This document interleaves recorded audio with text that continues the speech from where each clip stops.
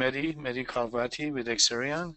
I also have Daniel Calvo from our side in the conference.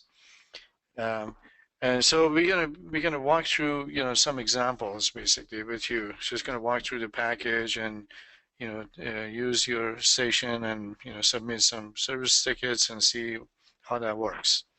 And then feel free to jump in with any questions, and we can pause and make sure that the goal is to make sure you guys you understand and you're comfortable with how the system works, right?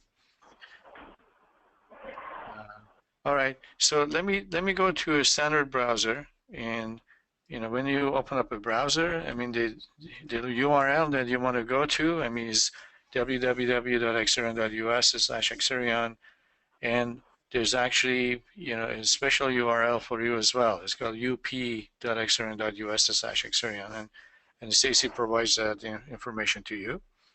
So you come in here and you have a login screen, username, password, and then the sign in button, pretty standard. So what I'm going to use is I'm going to use Julio's login, and so to type in the username, first initial, last name in this case, and then password, and then do a sign in. What is the password? I'll tell you after. Oh.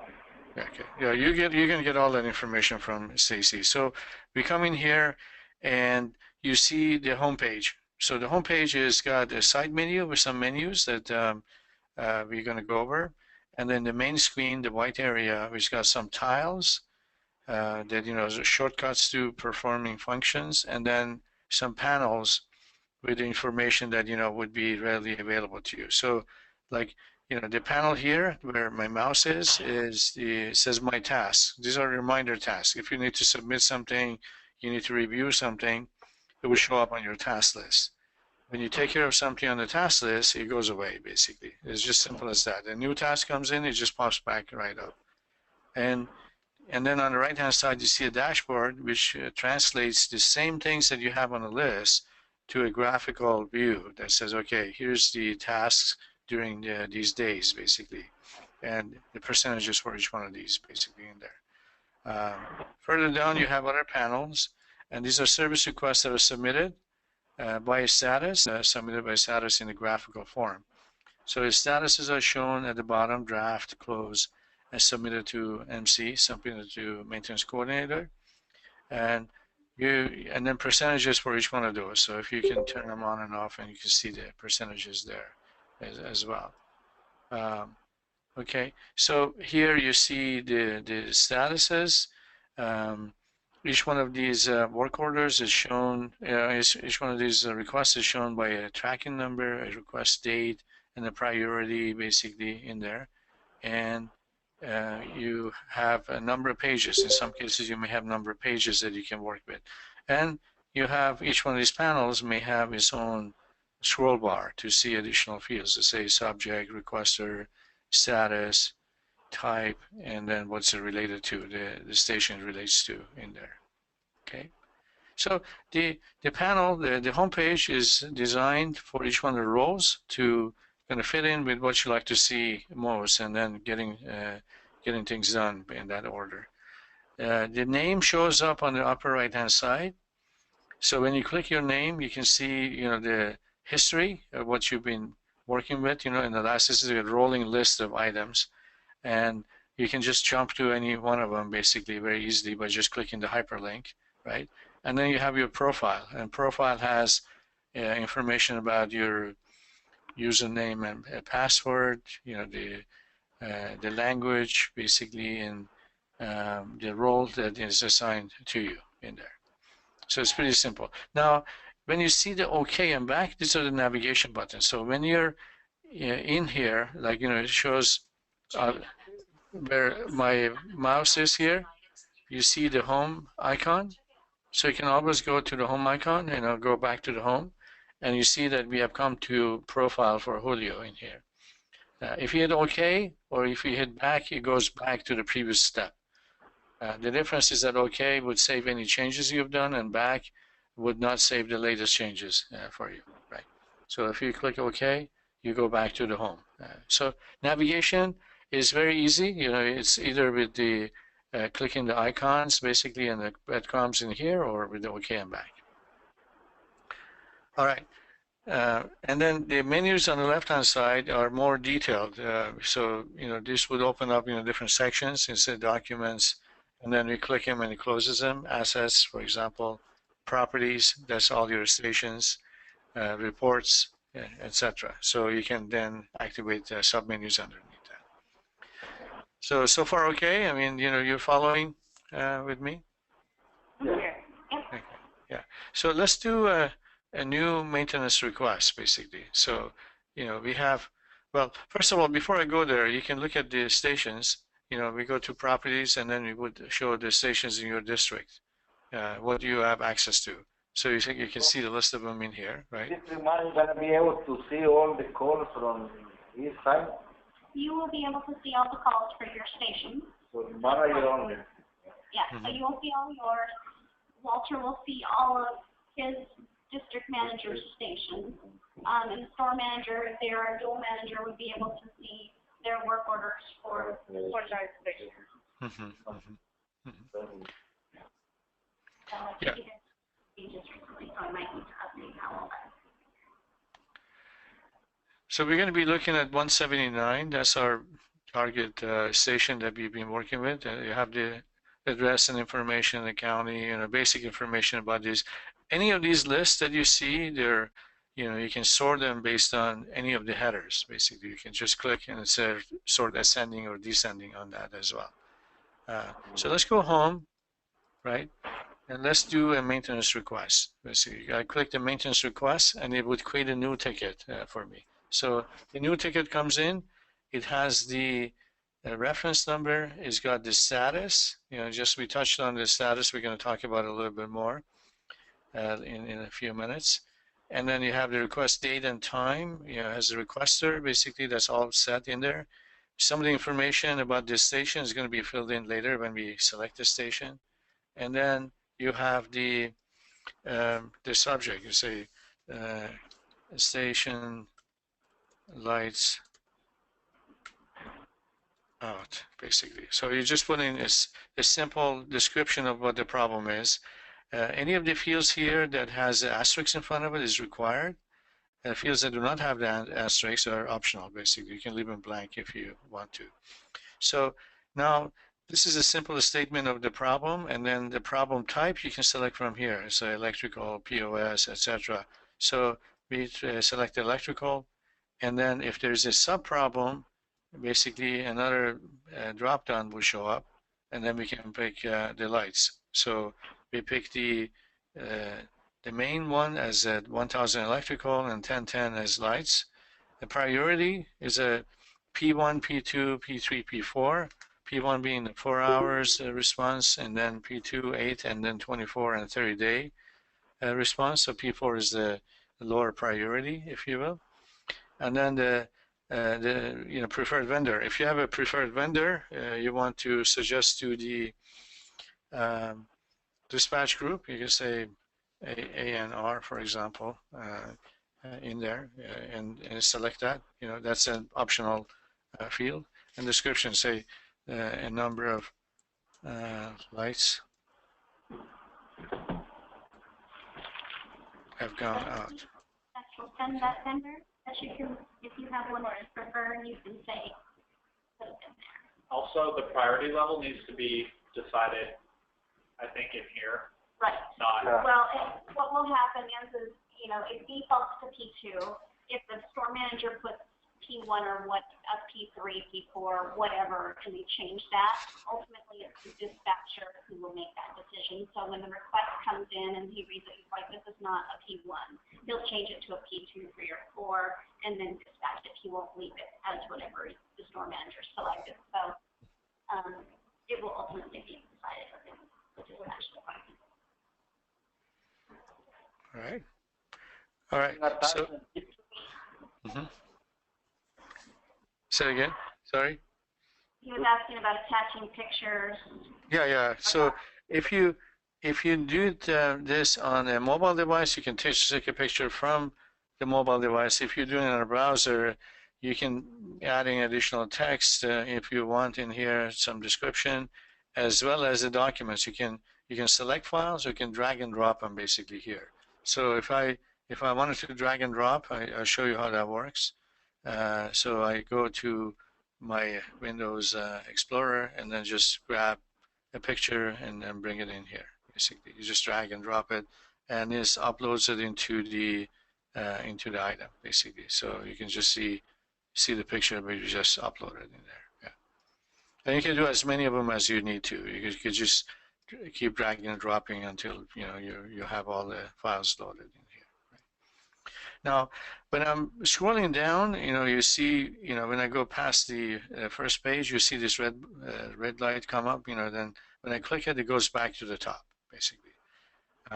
So we talked about OK and back, and also you get a number of green buttons that will show up. The green buttons depends on the context and then where you are in the process. So here you're in the submit status. So basically the stage that you can submit this. So it would let you submit whenever you're ready on that. Before we submit, let's go select the property. So this is all the different properties that you have available to you. Let's pick this 179 Carson, and then each property you pick, it automatically picks up the address, the store phone number, all the different characteristics of the station basically in there. And then you have the assets. If there are assets, you would be able to select. And then assign to actually is going to be for the dispatcher to pick. This is where it's picking up the vendors and those other items in there. Okay. And that's it. So basically, you just define a service ticket, and you're ready to submit. You add your pictures and information, and you're ready to submit that. If you wanted to save, there's a few icons in here. They're not critical. Basically, you can get it done with other things. But if you wanted to save information as you're working with them, you can just click the save or floppy icon. If you have a similar request, you can duplicate this one.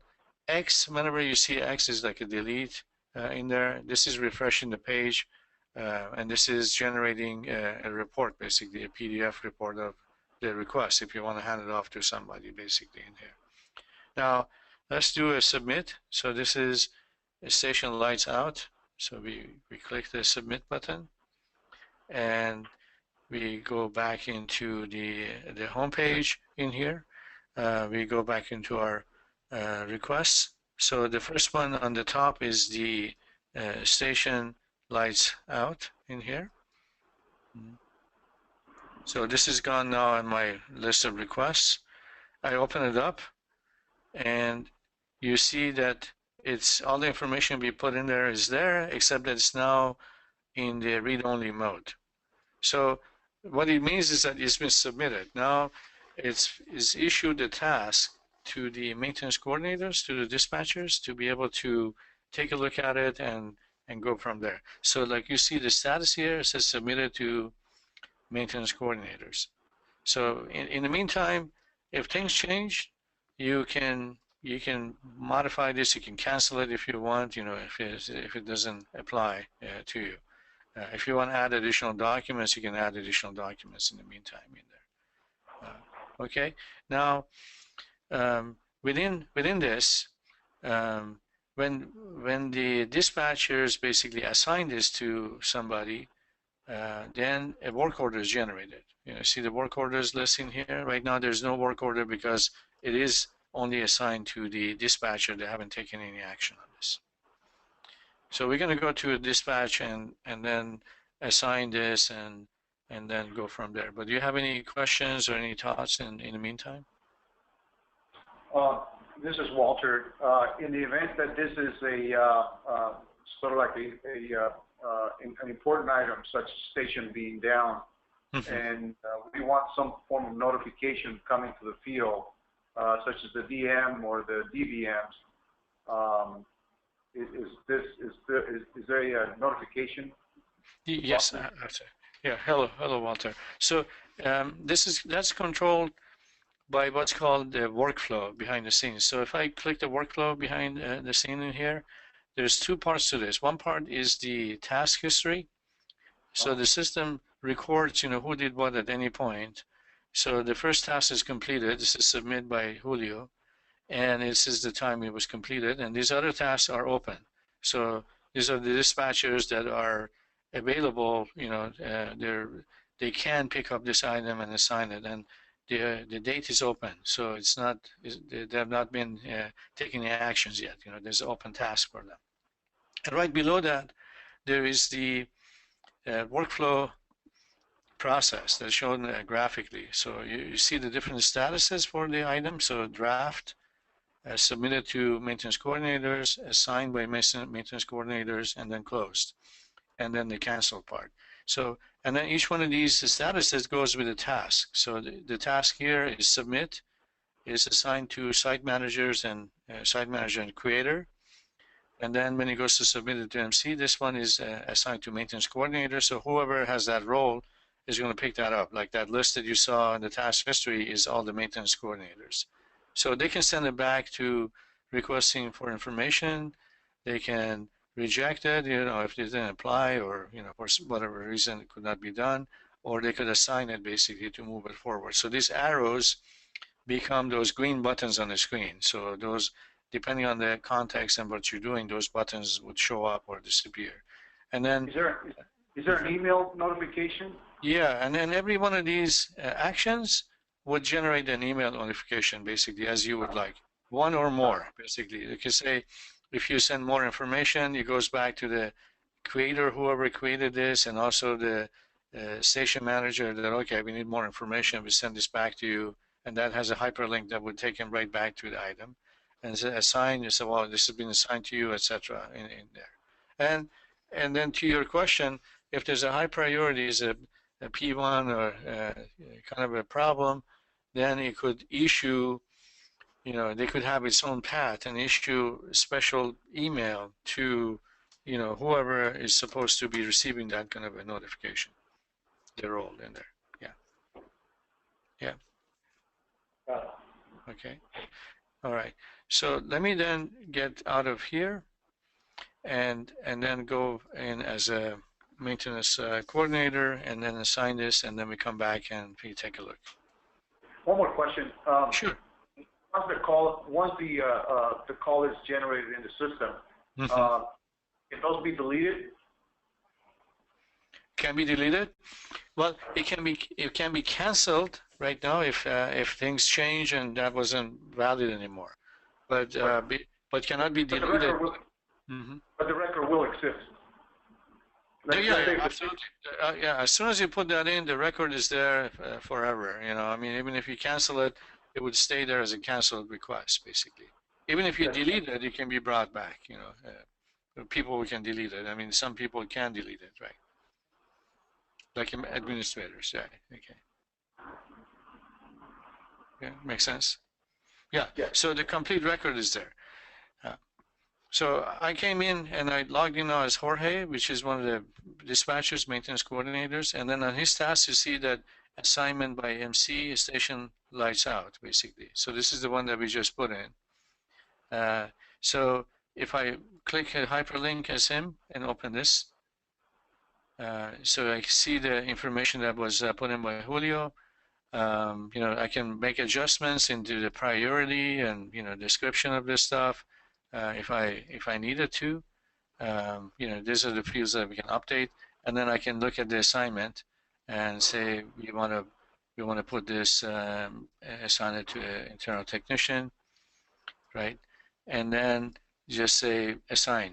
So I could send it back for more information. Remember those arrows that I showed you, and then I can reject it, if it didn't apply, or it can be canceled, or just say assign. And I can put a note. Now it sends an email as well as makes an assignment, for that item to our technician, basically, to Trevino. Okay. So that is now off the list for the maintenance coordinator. So we can go back to our district manager account.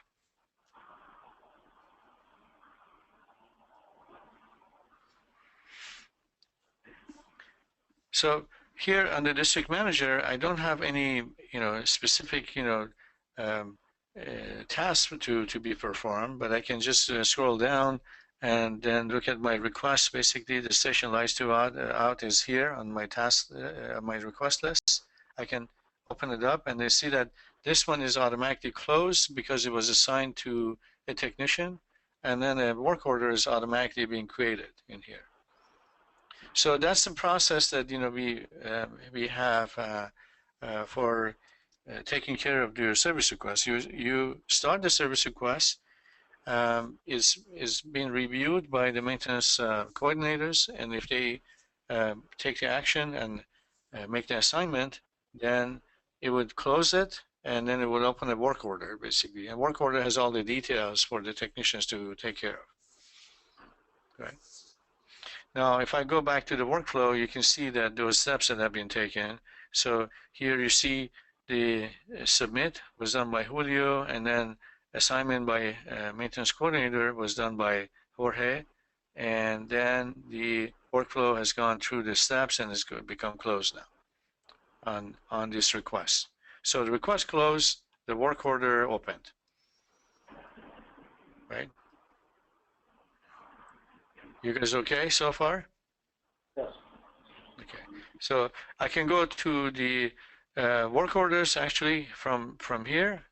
We can look at all the work orders against the station, or the ones that I have access to. So this is the station lights out. If I open this work order, you see that all the information that we put in to the request is automatically transferred to the work order. It's picked up the district and the property, the description, and then it's at the bottom. It sees you see that the station is here. So work order and most of the items in the system, the items in Axxerion, have general information at the top, and then they may have detailed information at the bottom. Those are in sections that you see. So like a station and asset. So this is where the station is. And labor, what's the standard rate? How many hours do you think this person is going to be working on this? Assignment, assigned to, this is Armando, that's assigned to, and then additional documents that we want to bring in, and any notes we want to bring in. Right. All right. So here we are ready to say, we had a discussion on this, that if the technician if you have an internal technician, then we would remove the accept assignment, automatically assigned to them. If it's a vendor, then they have a choice to say reject assignment or accept assignment, which would either send it back to the dispatchers, or it says that they're ready to perform this. Right. Which many should those buttons even be on there for the district manager to accept or reject assignment? No, this should not be for the district manager. Should only have, the cancel plan perhaps in there. Yeah. So we're still, fine tuning some of these areas in there. So let me go with Armando Trevino.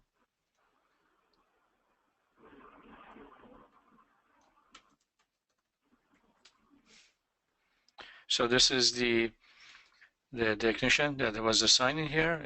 The technician screen is very simple. You only see the assignment. We pick this up, and then we go into the item. So you have the work order, and now you can say accept assignment in here. And now we go to the station, perform the work, start work. You can say now what you did and say fix the lights.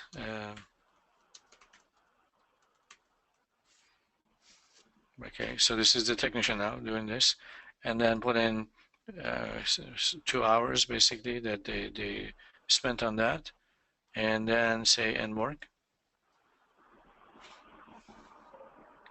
And then it says the work finished basically in this case.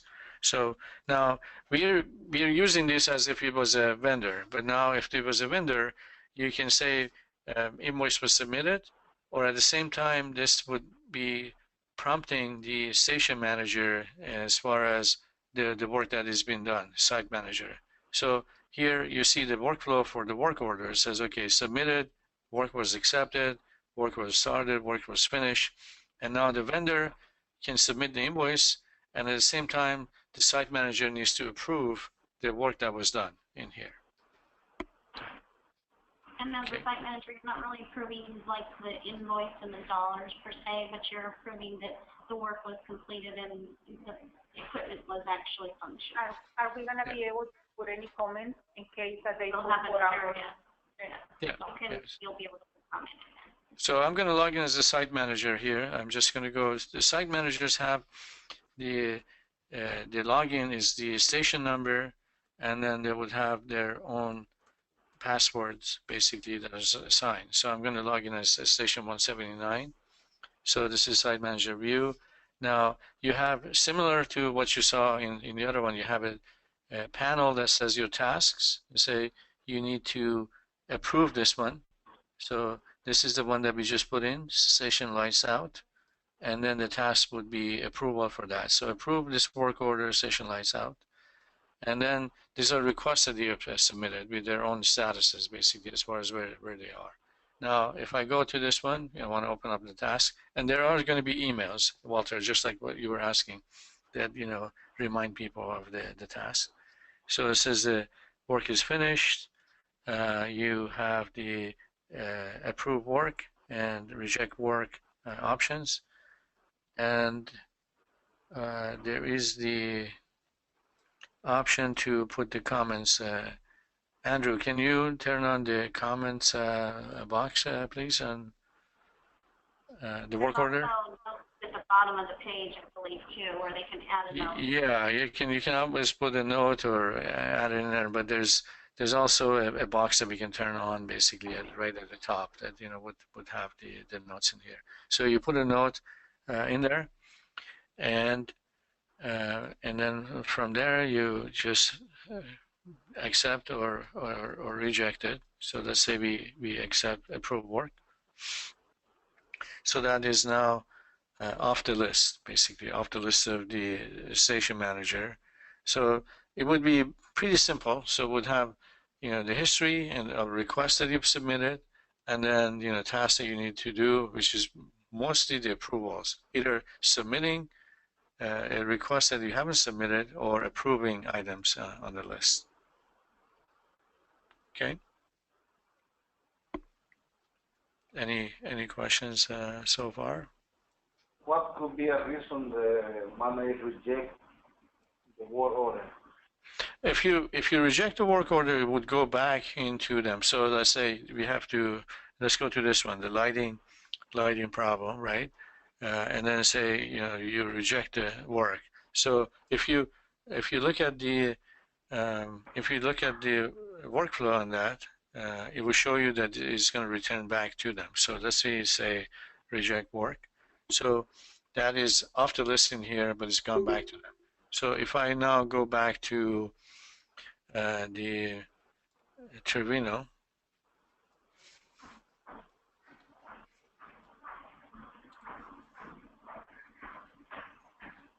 so this one come back to Trevino because it was rejected. So this is the lighting problem. It says work rejected with the explanation as far as what happened.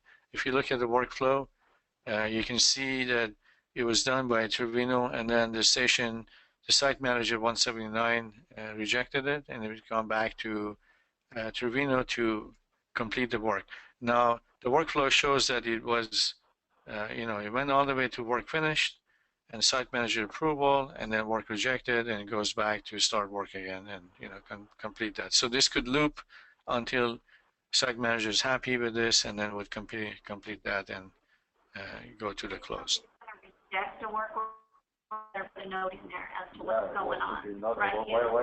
Somebody came out to fix my lights, but they still don't work. Yeah. They need to have a good explanation. Yeah. Okay. All right, let's go back to the to Jorge's account.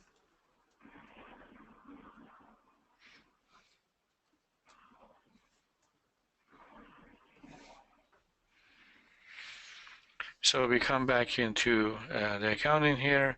So those items are off the list. But if I wanted to check it's a couple of things. Let's go to the properties and let's pick up, 179, right?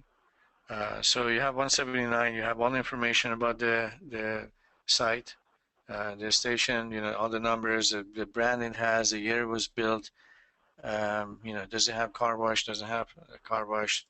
The district, and then the division that's part of the store manager information. All that information is there.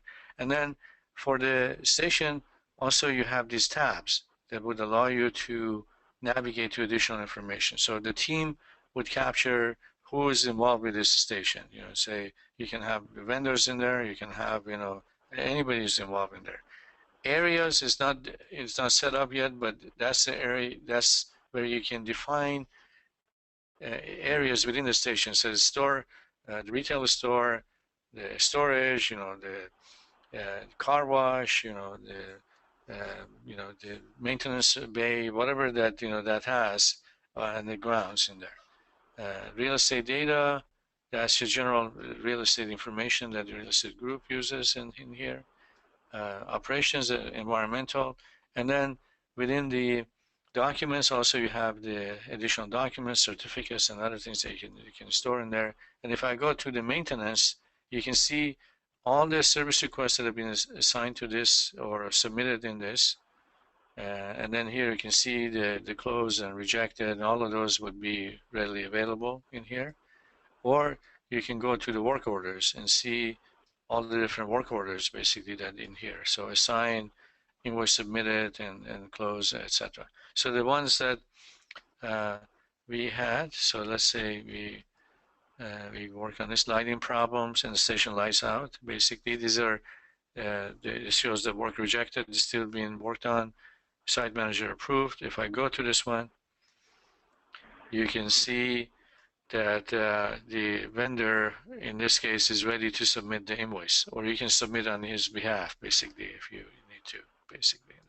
If I go to the workflow, you can see that the workflow, the highlight shows you where you are, and it says site manager approved, and then it's ready, waiting for invoice to be submitted in there. Okay, so now you've come to the stations that you have access to. You have the work orders, and then you have gone to individual work order and looking at the history of tasks on that. You have also access to all of these from the side menu. You can go to the tasks, you can go to service requests, work orders, and then these are invoices. So any invoices that are submitted by the vendor, basically, you would have access to view and kind of see that. Or you can do invoices on their behalf as well. All right, any questions? Yeah, you show a tab for operations. What do you have under that tab? Okay, so if I go back to the history, go ahead. That's on the work order when you see the fuel volumes and merchandise sales, types of car wash, that sort of thing. Those are all fields that we've added either that were already on the property page or that we've added just for the FMG group. So we can add any types of fields that people really need in operations. So if you need me to create something that you need to track on, You have that ability? Yep. You have that ability? Absolutely. And if I can't figure it out, Mitty and his guys can do that for us. So if whatever you think of, if there's something that you need to start capturing, just let me know. Thank you. Okay, absolutely.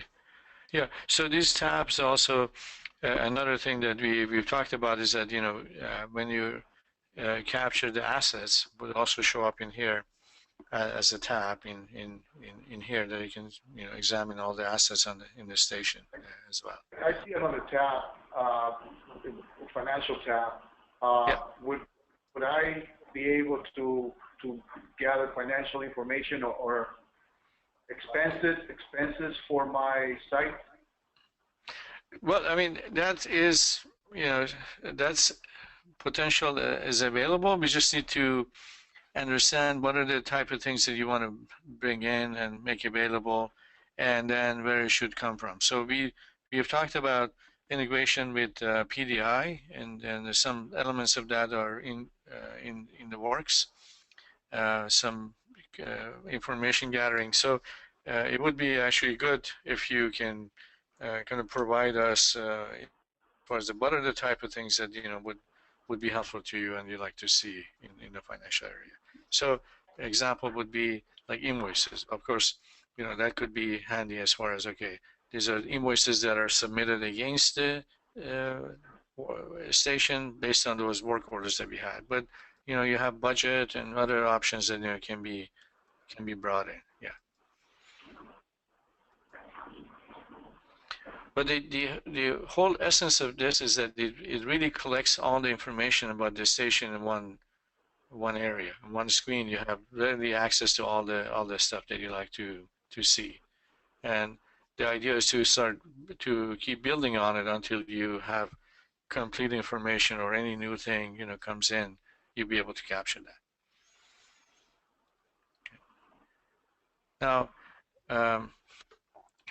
so this is now filtered for Julio in the district. If I log in as Walter, then it would basically filter at the division level, basically in there.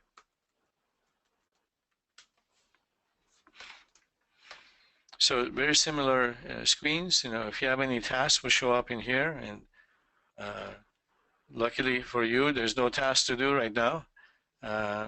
Everything is taken care of. But then the request that relates to your stations in your division, you can see all of those in here, and then you can see them based on the status, and then you can continue on the work orders. Basically, any work orders that are open also are shown in here until they're closed. So those are all the open ones that would go off the list. Now this is completely configurable. I mean, if that's convenient, we can leave it like that. If you want to make any adjustments to that and so forth, we could also, it's very easy to do it that way.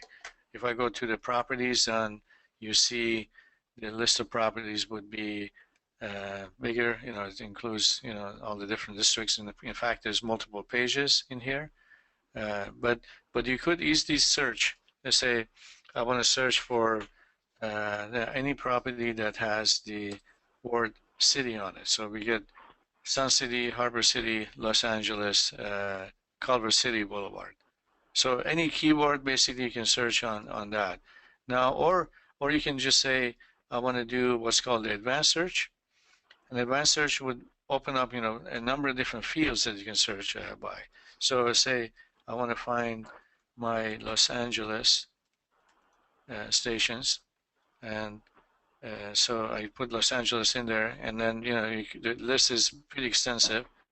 Do a count on how many I have, and I found 64 of them in Los Angeles. If I hit OK, it would find these items in my division, basically, and make a list for me in there. If I hit the back, I can go back and I can continue refining this search. So property type, let's say fee simple. So how many fee simple stations do I have in Los Angeles? So basically, as I say, do a count, and I have one. So I just go to this one. Well, actually, in fact, I don't have one. I have to see. That must be an old closed one. Yeah. Huh? You have to stay with the lease. We don't have too many that we own anymore. Yeah. So let's do a lease. That would be better. 30 of them. So these are all the ones that are we're finding in here. So you basically, with the advanced search, you're able to narrow down basically your search based on combination of all these different fields. If you don't specify a field, it would grab everything that is in that category, and if you specify it, basically it would limit down to what you have specified in there as well. Okay, so that's the same with requests, with work orders and invoices. With some of these, like if I go to the work orders, you have this option here that says open or closed. So the default is open. You can just leave it as open, which means that all the active items. So when something is active, it goes through the stages, basically, through the statuses that we talked about, but it's not completely closed. It's not completely done. That we call that open. When it's completely done, it goes to the status of closed. So it goes through the stages, and it becomes closed. When it's closed, it's not on an active list. When you search it, basically it skips it unless you go and ask it to be able to search on the old ones, basically. So that's a method for going back to find out, something, historical, something that they did, it was completed. It's kept in the system, and you can search for it, but you have to identify that you want to go back to the closed items. So if I don't search, you have, instead of 3 pages we had on active, we have 4 pages of work orders in there as well. But then, you have the same option with the advanced search. You have also save filters that you can bring in. So if you have any P1 work orders, basically you can search on those. We don't have any in there. And in some cases, you can create new items. So when you set up a new item, it would ask you, it would start blank, and it would ask you to complete the information on it. All right.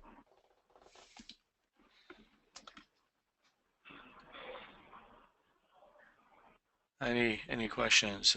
Anybody? Can we go through creating a request again for Mina, just so she can see it a couple of times from her login perspective? Create another, yeah, absolutely. So here we logged in as Walter, so we just go to maintenance request, we create a new one. So as soon as you click the tile, it creates a new one for you. Some of the fields are automatically filled in. It gives a unique number. It sets the status of draft, time and date, and it records who submitted this. Some of these fields would be filled in when we select the property. If you select the property right now, just say 179. Let's do that on 179 again. So the list for Walter is longer because you have access to all this property in the division, properties sites in the division. For like a site manager, it would be only the one that they're assigned to, etc. Yeah. So the system automatically filters. Yeah. Go ahead. Yeah, if I do the same thing as a 179 site manager, it would automatically put the site information in there. The system knows that you only have access to that property. Yeah. So say station 2 hot, for example, and then we have the problem types. We have HVAC refrigeration that we pick up in here, and then you have a subproblem that comes up. Optional. You can pick from that. So this would help you be able to sort and store information as far as what grouping of problems or subproblems we've had. Preferred vendor, if you have one, we can put in there. If not, we can leave it blank. You can leave that. So still gonna say the because the manager, we don't know. Yeah. We don't know. Or some people might have had somebody come out in the past and repair something, and it's a similar type of thing, and they want that one. If you have a family, we're gonna have the family. Oh, no. But yeah, but it gives them an option. It doesn't mean that the dispatcher is going to do that. It just kind of okay. Yeah. And It wasn't very clear when, for example, the station is down. It's kind of like red flag over there, or we have to still. Stations down? Yeah. That's why I asked about notification. In our case, we still have our protocol.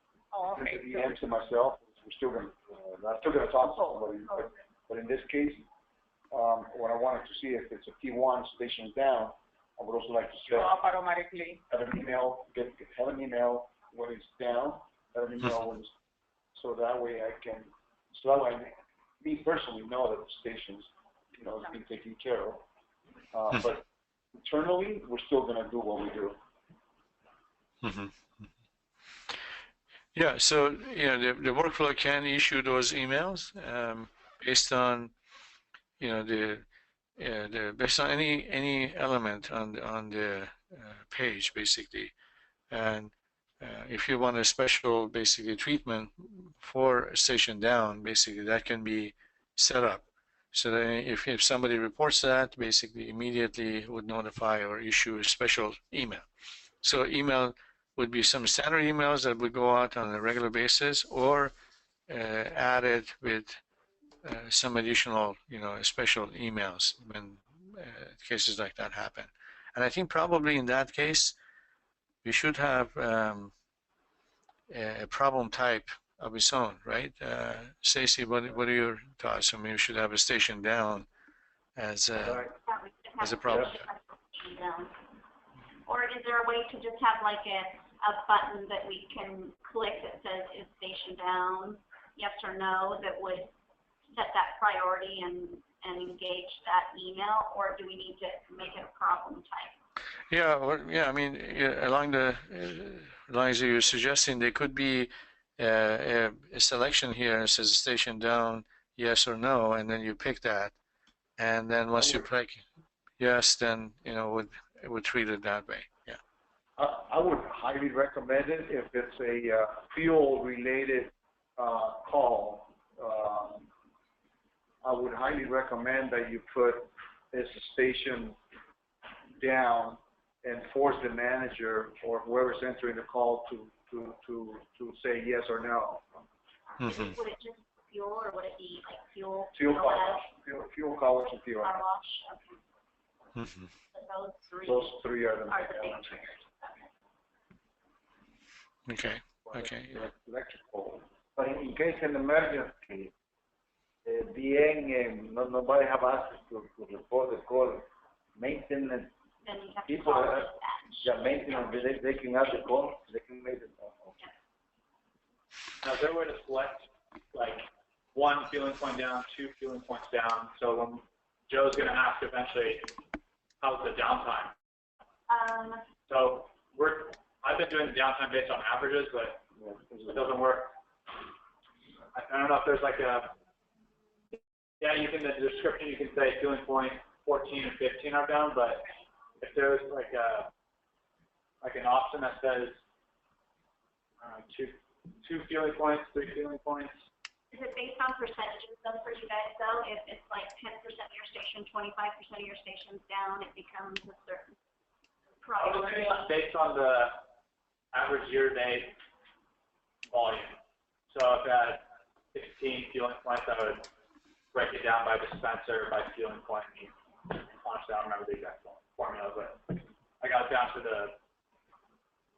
the dispenser of how many gallons were lost. We'll basically have to figure out what that formula or it needs to be in order to trigger those sort of things. If you guys can set up some sort of rules for what that is, we can most likely build something, right, Penny? Well, I can figure it out pretty quick if there was an option to know how many fueling points were down. Okay, so like a field that just so the store manager can put in the problem type or wherever we want to put in 2 fueling points down, or 3 or 4. I think to help you with that thing, what you could do is, the main category could be pump down, right? Pump down could be a nozzle, and then right next to it could be fueling position. Then we can at the site level we can identify the number. The specific fueling The position. specific number of fueling positions. So if the pump is down and it is both sides, the manager will select 2 fueling positions, right? Or 3 and 4. Whatever that is.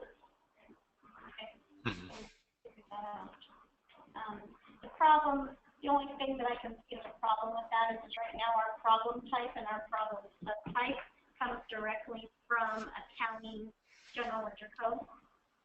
So now you're going to start creating change. You're going to start creating categories and subcategories that don't exist in their world. So when we start transmitting data between PDI and Axxerion, that's going to create some problems, I think. So, Wish list, but to manage the business. So we're going to have to figure out a workaround probably for that versus making a new category and subcategory type somehow. I don't know what that is yet, but figure out something. That could be on the operational side of the business. I mean, that's you doing it, I'm doing it. You know, I know how many houses are down there. Same thing with car washes. But anyways. Yeah, we'll have to figure out that. Okay. By the way, if you have you know, station down a question and people answer that as yes, we also have the we have done some like along those lines to bring up a set of protocols or special instructions basically that would be highlighted right there. You say, well, you know, you need to do this and that and that and that, you know, in addition to what the system would do. Just keep that in the back of your mind that that's a possibility if that is applicable. Yeah. Okay, so some of these fields that we have here, they have the option to drill down. So you see the property that we select has got this magnifying glass in front of it. Means that you can open that up and then go to the property, just like what I showed you when I was down at the property level directly. So now we're at the property, and then if you click OK, you just go back to where you were, and in there. There are also options for the select fields. If you have the select field available, you can basically set that up. Now here we have put in this service ticket on behalf of Walter, and then if you're ready, I mean, you could send it in. If you have additional comments, you can put them right in this box, additional comments box. And then if you have photos or documents, you can drag and drop them here. I don't know if you saw the one that we did last time, but you can just bring in any item basically in here and just drag and drop them, and that would become part of.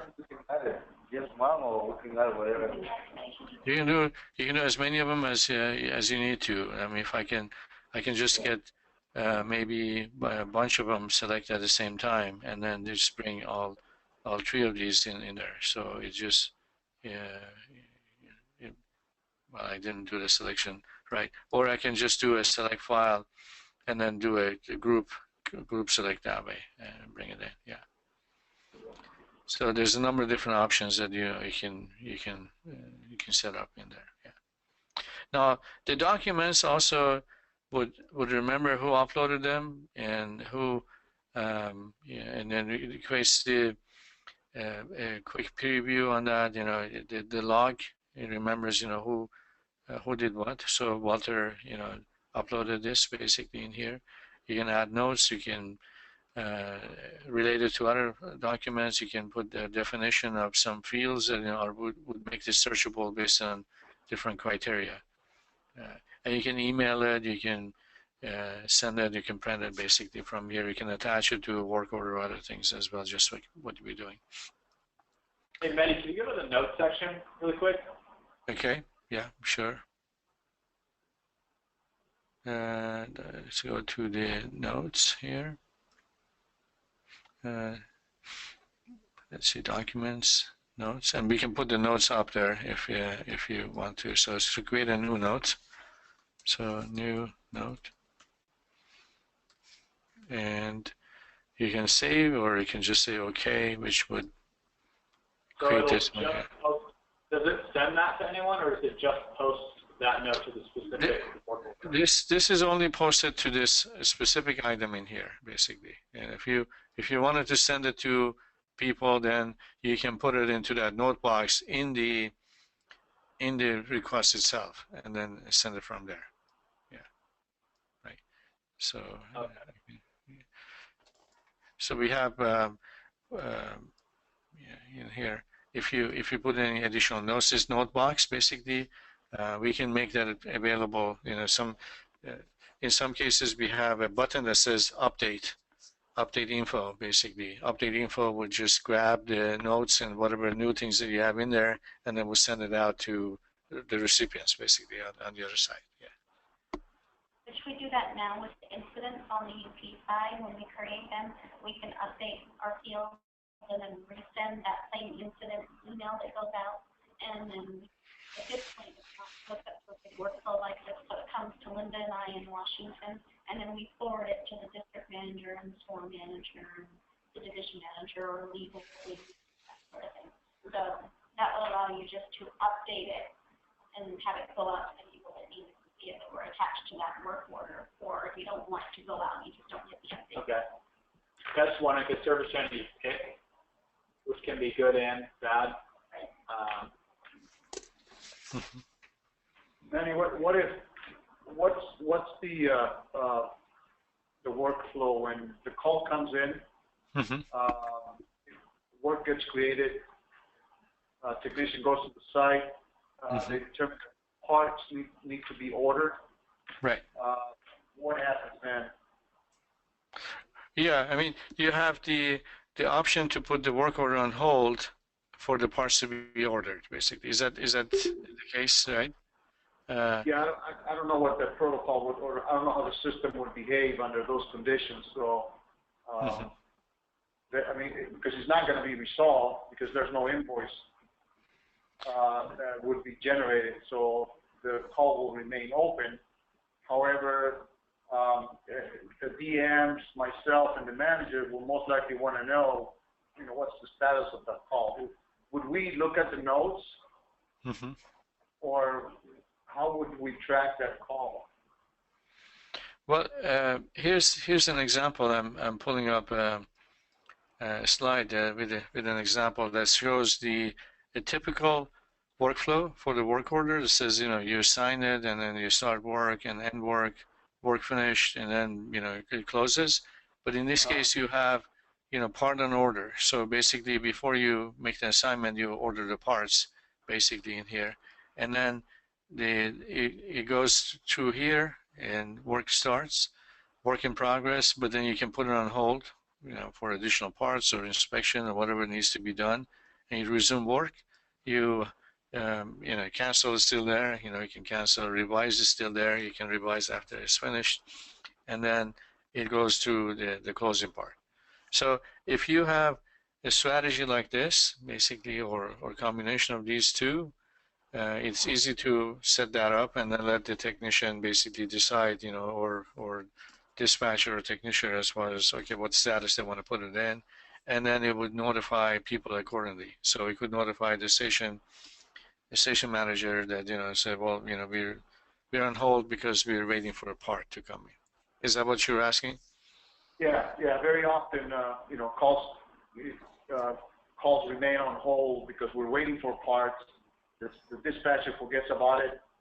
The store employees are frustrated, and I was just wondering if there's a yeah. I mean, here where the manager can go in and check the status of you know, of that particular call. Absolutely. So this, once you go into this status as either parts on order or on hold, it'll be readily, you know, visible, and you know, you can find it right there. You can see the status in there. And in fact, if you have checks and balances on that, the system can also issue notifications. Let's say you cannot be more than, you know, 1 week. You know, if it's more than 1 week, they'll be waiting for a part. Notify us basically. Then it would system would automatically, after 1 week you're in that status, it would issue a notification that, okay, this work order has been sitting in there waiting for parts for more than 1 week, and they say repeat that every 2 days from that point on, basically. So those are the strategies that are very simple to implement in our workflow setup, basically in there. We just need to kind of capture those parts of the processes from you to put them in. Yeah. Okay. All right. So now we submitted that item, by on Walter's behalf. So if I go back into the page, home page, you can see that the item is in here. This is a blank one.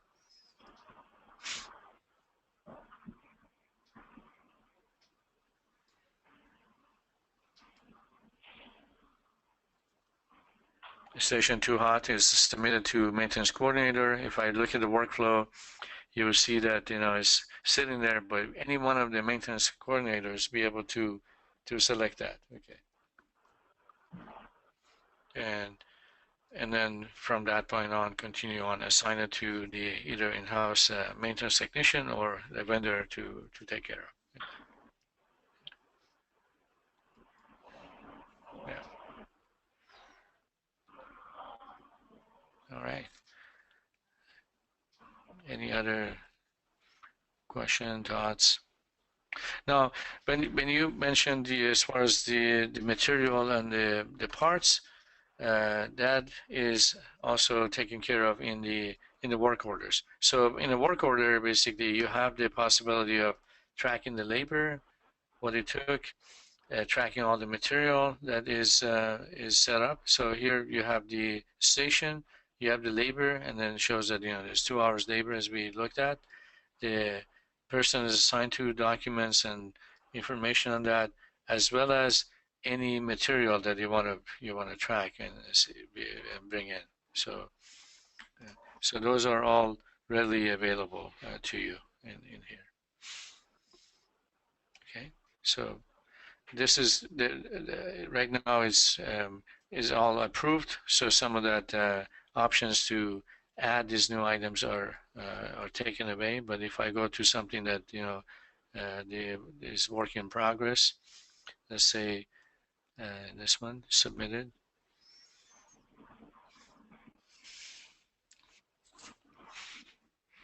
So this is one that has been submitted, and then say assign. Let's make sure we have somebody assigning here. Yeah, Armando.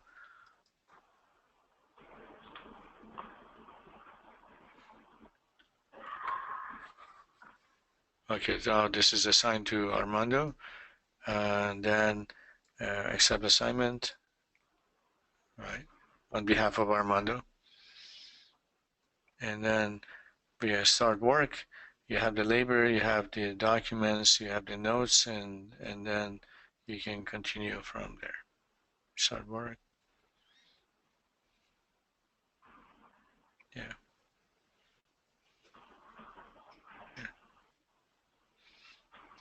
And work and so on. Yeah.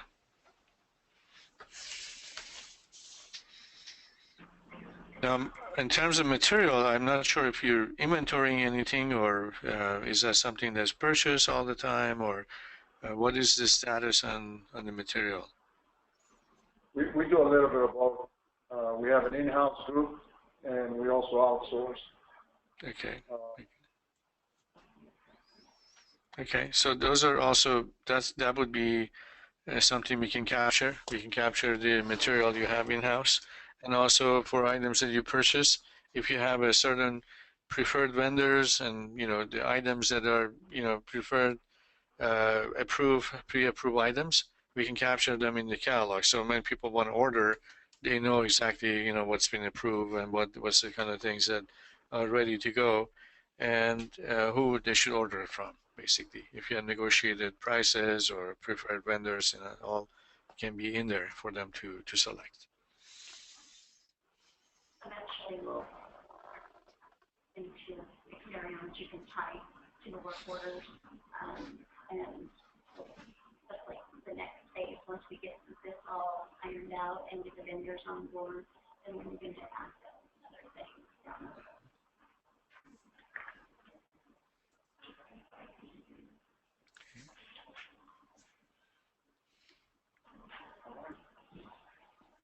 Are we gonna use both the new program and the prescript?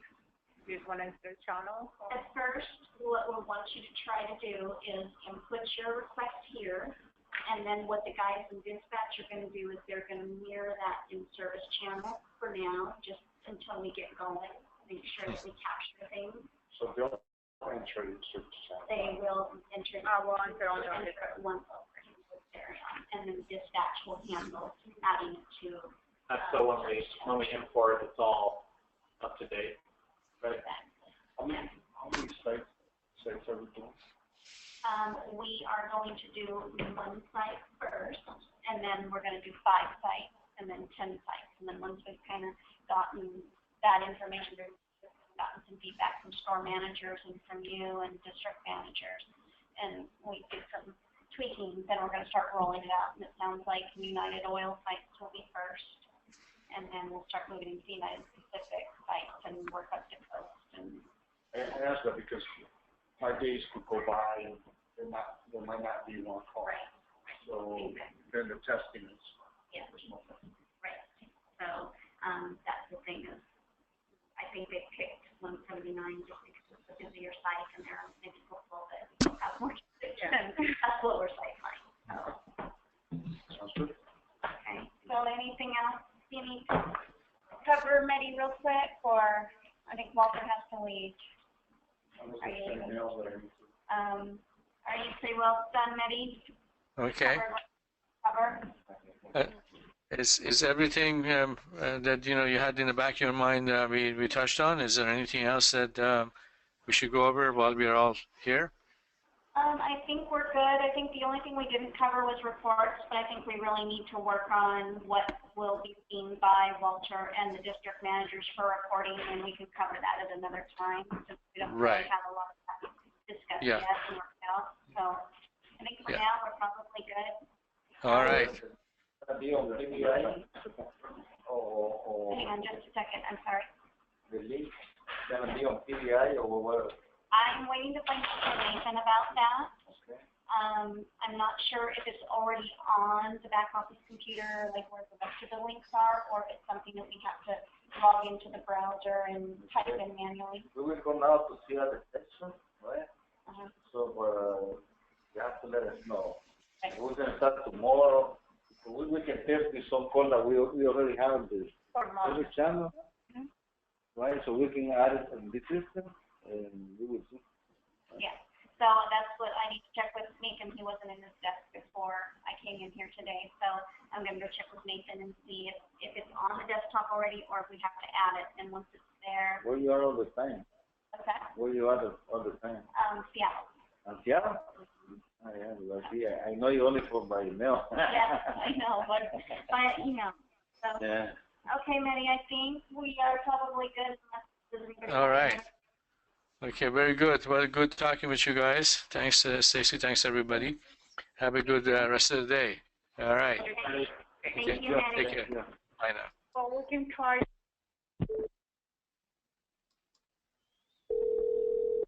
Some